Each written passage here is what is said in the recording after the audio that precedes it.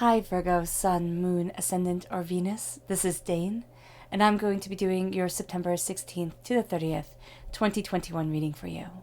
Now I ask if this reading resonates with you, don't forget to like, comment, and subscribe.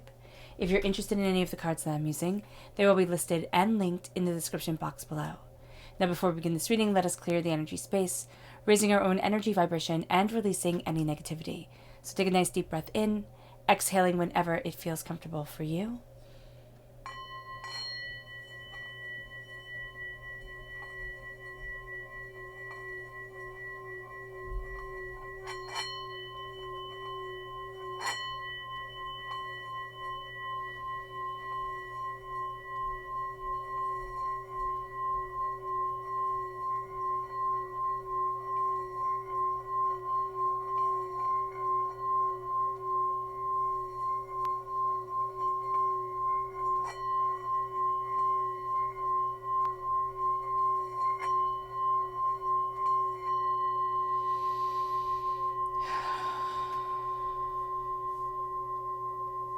Releasing all negativity from the body like storm clouds.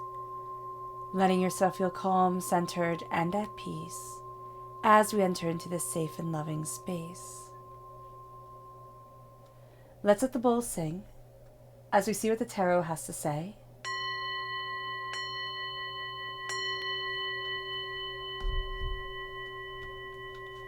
Virgo, September 16th to the 30th, 2021, Virgo.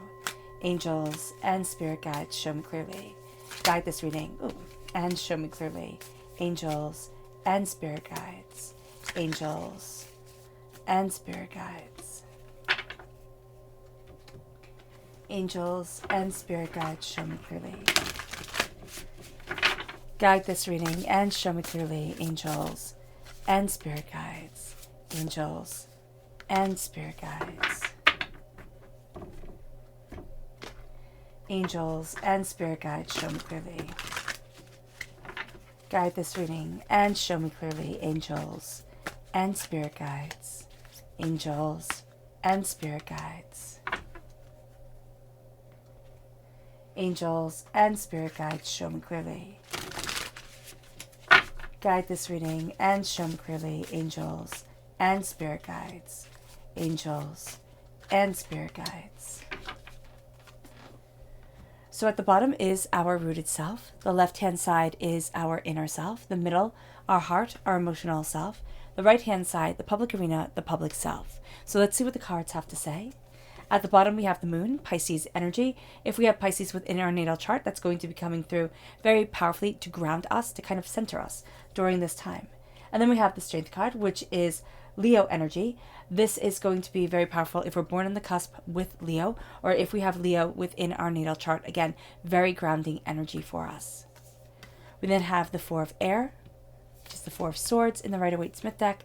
And we have the Four of Fire, the Four of Wands. The repeat of the number 4 is telling us to be very mindful and very aware of our bodies, of ourselves, of what we're building, and how we're taking care of us. That's going to be really important. Kind of slow things down and center. We then have the Ten of Pentacles, wealth that lasts for generations. Also calling in generational wealth. People talk a lot about generational curses, and that makes sense. And what a generational curse is negativity that was spoken over our caregivers and that they pass down to us. And that happens, with the raising of children, and it happens time and time again. So here it's calling forward the blessings. It really is. Even if we don't think that there's any blessings, it's just saying, I don't want to be that. And cutting off the ties that has to us starts to bring forward wealth, prosperity, success, bounty, and abundance. It leads us to the Seven of Cups. And the Seven of Cups is the sense of being able to connect with our dreams, with what we desire, with what we love, with what we can do, and who we are. We then have the Emperor, Aries energy within our public arena self. Now, if we have Aries within our natal chart, that's coming through very powerfully in our public self. But there's a tremendous sense of strength here. And then we have the Hangman. Through this strength, through the claiming of our power and ourselves, the Hangman says, I don't see things the same way that everybody else does. And during this time, I don't need to. Or not even during this time. It's like only from the 16th to the 30th, right? I don't need to see things like everybody else. No, it's like as I move forward within my life, as I, go and obtain and succeed and become, I don't need to see things like everybody else. I don't need to be the same as everybody else. I get to be me. And because we have 2 major arcana cards in the public arena, we're going to feel very comfortable in the public arena, or we're going to find a lot of power from the public arena. Now, we can say that we have 2 major arcana cards at our root, which is absolutely true, but this is only a major arcana deck, so there aren't going to be any others that come forward. Let's look at our energy to be mindful of. Angels and spirit guides, show me clearly. Guide this reading and show me clearly. The King of Pentacles. Now, this is us. We're represented by the Pentacles in the Minor Arcana. We're represented by the Hermit in the Major Arcana. And what we're seeing here is the sense of, am I putting everything down to wealth, prosperity, and success? Am I getting in my own way? And if so, how? How am I holding myself back? How am I pushing myself forward in a way that isn't right for me, that doesn't register or resonate with the person that I am and the way that I want to live my life? The King of Pentacles is also going to tell us that we're going to find it very easy to surround ourselves with people who think like us, through people who see things the same way as us, which is just human nature. But it's all going to be based on success. It's all going to be based on, how much money is in the bank, and, how quickly are we moving forward, and this and that. It's not saying that money is not important. That's not what I'm saying at all. But I'm saying that judging everybody's worth by what we do and the car that we drive is silly, because it's not who we are. It moves us to our chakra energy. Angels and spirit guides, show me clearly. Guide us and show us clearly. Angels and spirit guides. This is inspiration. This is the sacral chakra. And the thing that I love about the sacral chakra is that it's a complex chakra. It's not just simply straightforward. The sacral chakra holds our sexual energy and our creative energy, which is fantastic. But it also holds all the trauma and the drama from this life and from past lives. So when we're coming forward and we're embracing our creative, sexual, sensual energy, we're also having to confront all the baggage that we carry as we're moving forward in life. And with inspiration, it's like, how am I able to rise when the baggage wants to hold me back? When the hurt and the pain and the disappointment of my life and myself and things that I don't even remember going through want to pull me down into a dark corridor and not let me be myself, not let me embrace what I need and what I love and what I want for my life. And the sacral chakra here, it says, like, once I see my pain, once I see the pattern of my pain, I can start to address it. I can start to change it. Using a very personal example for me, I lost a lot of my family when it hits February. I lost people who raised me, people who loved me, and I always found myself getting very sad around February. Around spring was always a very sad time for me. Even summer was a time of mourning, not a time of, oh yeah, it's summer, let me celebrate. It was a time of mourning.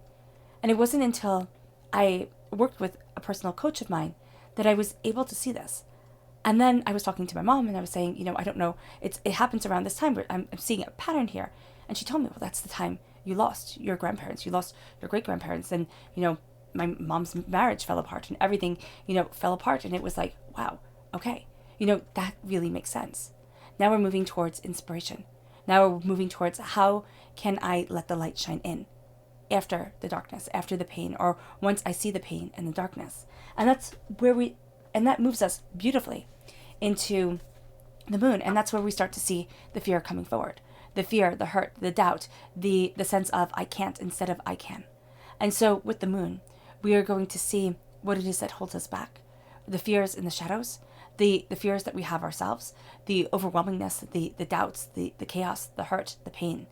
And with that, we start to see within the dark the gentle light that illuminates, the way that we need to move forward, that aligns us instead of hinders us, hurts us, denies us.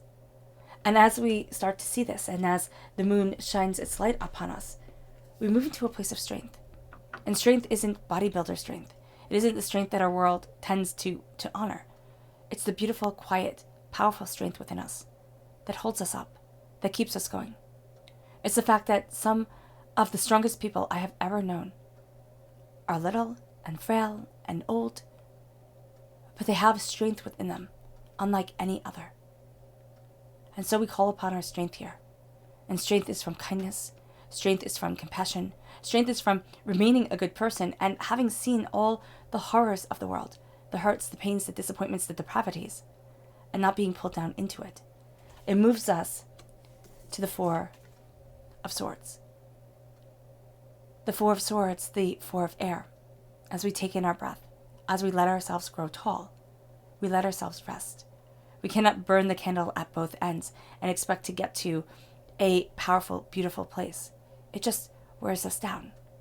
The Four of Swords always says to look at what you have been through, to honor the road that you have taken, even if it's not the road that anybody else would take or that you would want to take if you had to do it over again. Honor the road that you have walked.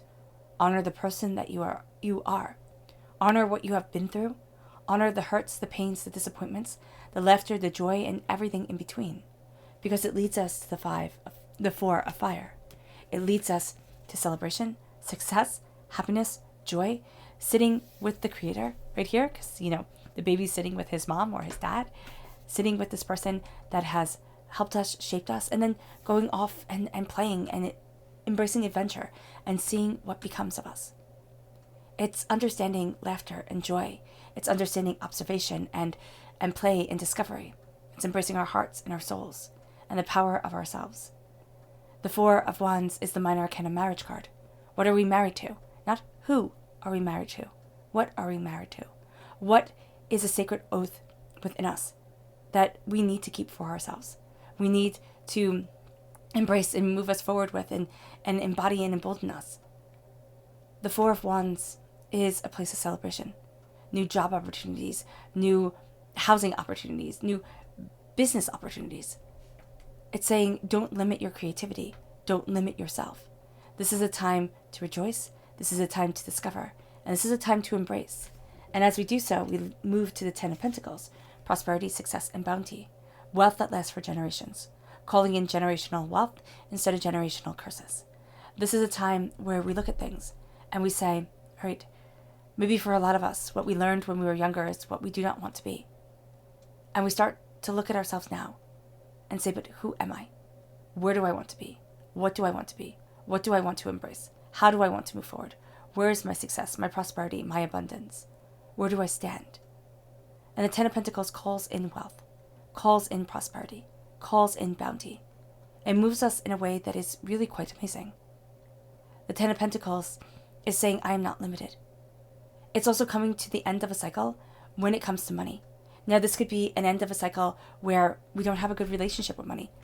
So many of us, we carry over, into adulthood, traumas and dramas around money from our childhood, adolescence, from past relationships that we could have gone in thinking, wow, and always having a really good relationship with money, but because our partner didn't, we don't anymore.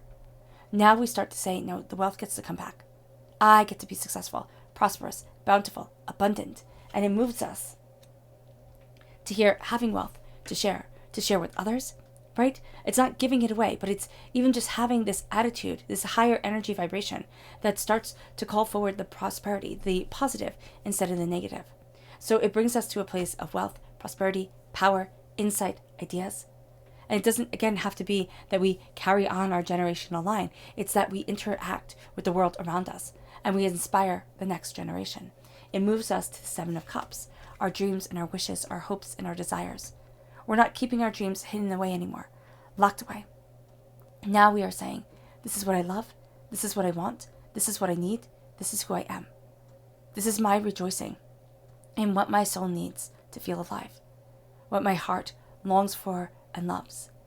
It brings us to the public arena where we become the emperor. We become the person who claims the throne and has the power and knows our worth, even if we feel like we're faking it, even if we feel like the biggest imposter ever. As we were saying, no, but this is me. This is my path. This is my desire. This is what I want. This is what I need. This is who I am. And the emperor doesn't back down because he is the emperor. He's a symbol of power.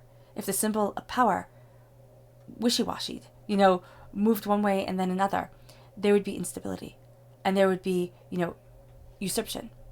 What we have here is we have us claiming our power of wealth, prosperity, abundance, success, determination, focus, and simple down and out power of self and being and right to be here. As we embrace this, not in that kind of teenager way, that person, or early 20s way where we think we're being adults and sometimes people can just come off a bit rude, that type of way when you're trying to find your footing and find your voice and find yourself. This is the way where we say, I've stumbled, I've fallen, I failed, and now I know me. I know me better than I have ever known me before. And it brings us to the Hangman. As we embrace this power, we start to see things differently than everybody else. And we're not going to go back, or at least we're going to do our darndest to keep on moving forward. Just because it's different, just because we're different, doesn't mean it's wrong. Just because the throne that we are claiming is different, just because the insights that we have might not be the same as everybody else, it does not mean we get to be silenced, or we get to be ignored, or we get to be held back from our own power. This is a time with the Hangman where we see things differently. We embrace ourselves purposefully, powerfully, and intentionally. And we move forward with such ferocity of spirit, being, and soul that nothing holds us back. But it starts off with feeling like we see the world upside down. Feeling like, we've probably done something wrong because nobody else quite sees it the way that we do. As long as we're coming from a place of kindness, compassion, love, respect, then we are okay. If we see things differently because we see things more morosely or, angrily or hurtfully, then we might need to talk to somebody. So that is something to be mindful of here too. But there is power in our unique insights. The world, even though it says be different, really wants us all to conform, really wants us all to be just a certain box. Like, it's kind of like a box of chocolates. You can be whatever chocolate you want to be within that box, but you can't go outside of that box. And here with the Hangman, we are definitely going outside of the box. And we need to embrace that beauty and that power and that brilliance for us. It moves us to our subconscious energy to be mindful of, and it's the Hierophant. This is Taurus energy. But it's also, now this is the major arcana marriage card. So it's almost saying, like, I have to do things just like this because I said I was going to do this. And what Spirit is saying is give yourself some wiggle way. Give yourself some leeway to say there's more than one way to go about embracing my success, embracing my bounty, embracing my abundance. The Hierophant is also telling us to be determined, to look at our insights, to look at what we want and what we need, and not get caught up in, but this is the way it has to be done, and this is the way we need to go about it. So do be mindful of that. It moves us to our subconscious chakra energy, which is psychic development. This is the third eye chakra. We are going to see ourselves developing. We are going to see insight guiding us. We are going to see our eyes opening up. And so with the third eye chakra, with psychic development, this is our intuition needing to be listened to. This is us having this gut feel and needing to follow it, needing to move forward within it. It moves us to our subconscious rooted energy. And that's the Magician. As above, so below. As I believe it, so it becomes. And that's so much of this time for us, Virgo.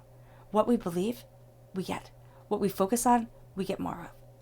And so we call forward our elemental gifts, the gifts that we were born with, the gifts that guide us, that teach us, that lead us towards success. And as the Magician, as above, so below. As I believe it, so it becomes. As I think it, so it is manifest. Pay close attention to your thoughts because they hold tremendous power. It leads us to our subconscious inner self, which is the Seven of Fire, the Seven of Wands. Be mindful of when we fight and when we don't. It's kind of like a lion.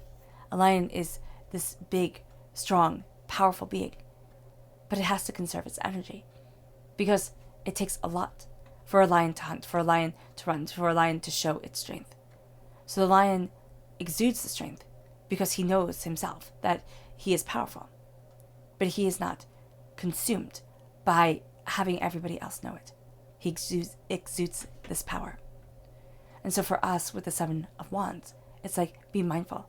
Don't get into every fight. Don't, have it so that everybody has to understand where we're coming from or why we're seeing it this way. It doesn't matter. What matters is that we hold on to our strength, we hold on to our power, and we move forward in succinct determination. It brings us to our subconscious inner self, emotional self, which is the Hierophant, which is what we were told to be mindful of, but now we were told subconsciously guides us. So here, there is a sense of, what is my heart married to? What is it that I desire, I want, and I need? What is it that is my truth? And if I walk away from it, how do I walk away from myself? How do I deny myself? What do I deny within myself? And so the Hierophant claims our power, claims our determination and our focus. And that's what we're looking at here. We're also going to see that our hearts, it's not like orthodoxy or it has to follow anybody else's tradition. We have to be traditionally who we are. And we're going to find ourselves kind of going back to what we loved when we were little, or, rekindling joy within our lives. Our subconscious public arena self is the Ace of Pentacles. Now, this is a gift just for us. This is prosperity and success and bounty and abundance. But this is a dung beetle, and this is a piece of dung. The ancient Egyptians worshipped the dung beetle. They saw the dung beetle as being a being that took a small piece of dung and rolled it forward throughout the day, and it mimicked the way the sun rose in the sky. And then that day, that piece of dung was abandoned, and it was started all over again. Our prosperity and our success and the gifts from divinity, it can seem like dung manure to other people. For us, it is a gift of each day, a power of each moment, a purpose in each second. And that's what we're embracing, the seeds that we are planting, the intentions that we have, the determination that guides us. All right, Virgo, I hope this reading has resonated with you. I wish you nothing but light, love, peace, and happiness. May harmony always be with you. I'm sending loving, healing energy to each and every one of you. I love you all, and stay safe. Let's end this reading with a meditation, a clearing away of negative energy, a raising of our positive energy as we embrace the power and the prosperity that is to come. So take a nice deep breath in, exhaling whenever it feels comfortable for you.